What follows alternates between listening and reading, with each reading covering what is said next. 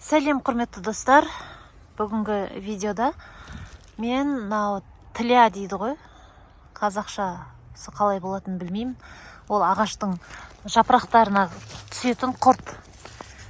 Содан қалай қорғану керектігі жайында видео түсіремін. Егер осы видеоны көріп жатсаңыздар, онда бұл әдістен нәтиже бар деген сөз. Ол тіля деген нәрсені мына құмырсқалар ағаштың жапырақтарына әкеп тасиды. Қалай мінекей мына ағаштар қазір алма ағашы бүршік атады, бірден олар осы ағашқа әр жапырақтың түбіне тасиды ерінбей. Мінекей сөйтіп ол құртқа айналып, личинкалар құртқа айналады да, сөйтіп жаңағы не қылады, жапырақтың бәрін жеп, одан жеміске түсіп, сондай зақым тигізеді. Сол зиянкеспен қалай күресетінімді мен сіздерге бүгін баян етемін.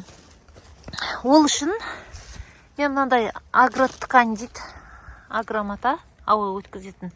Осы матаны алып, бұл енді мынау не ғой, қолданылған ғой, сондықтан не болып тұр осындай. Тап-таза емес, мән бермеңіздер. Ең бастысы бұл ауа өткізіп тұрады. Осылай ағашты бір ораймын.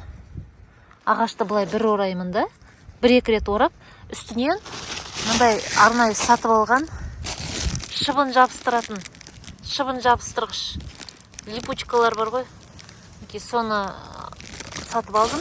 Осының агротканьның үстінен осыны жабыстырып қоям, сонда құмырсқа өрмелей алмай, өрмелеп келіп үстінен өте алмай қалады деген сондай нелер бар, жаңағы әдістер бар екен, соны біз өзімізге қолданып көреміз. Мінекей достар, мен мынандай 35 сантиметрдей агротканьды алдым. Оны қазір былай ағашқа ораймын да. Ағашқа орап, скотчпен жапсырып алам да, оның үстіне липучка жапсырамын. Мінекей достар, агротканьды жапсырдық. Енді мына липучканы алайық.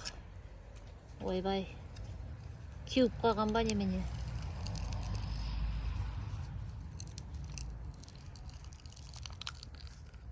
Бір липучка жетіп қалар деген ойымыз бар. Енді осыны жапсырайық.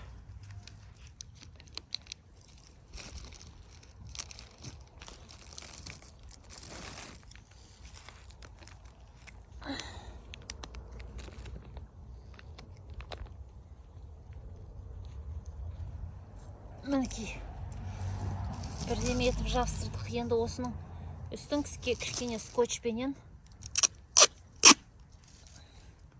фиксировать етейік.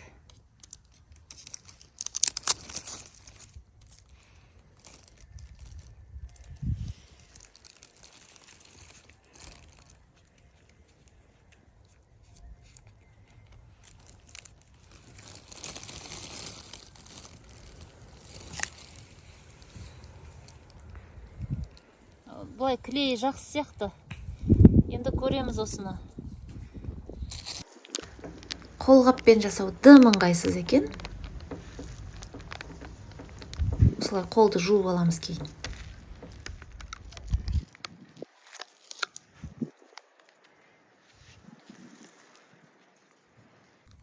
Мінекей достар, біз ағашқа құмырсқаның өрмелеуінің алдын алу жұмыстарын аяқтадық.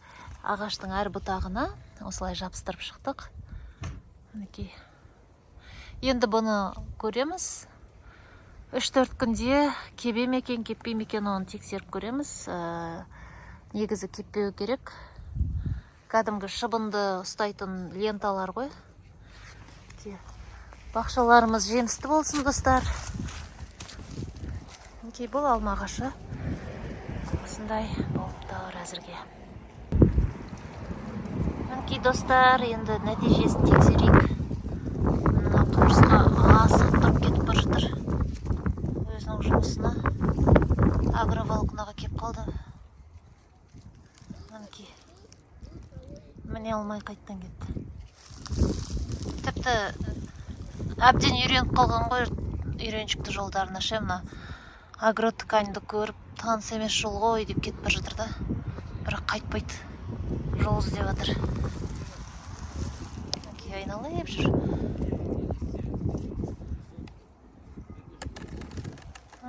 құмырсқаның еңбеккерлігінде шек жоқ қой. Қарашы мұны. Қой, қайтайын үйге деп қайтып бара жатыр.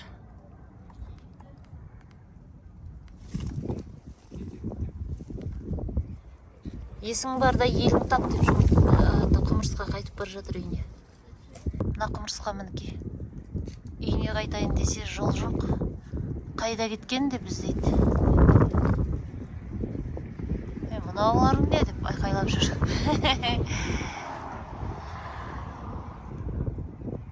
Білмеймін енді, бұған көмектесіп жерім ғой қазір түсуіне.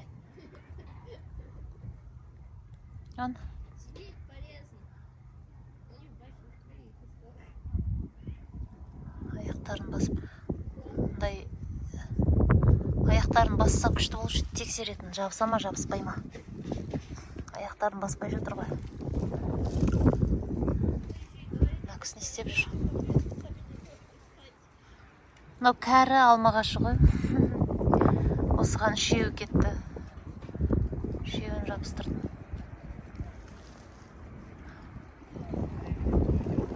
Біреу, екеу, үшеу, төртеу, бесеу, алтау, 7 талға жетті. 15 штук алғам. 7 талға жетті. Жалпы осындай, достар. Көрсеңіздер болады, әдістен нәтиже бар.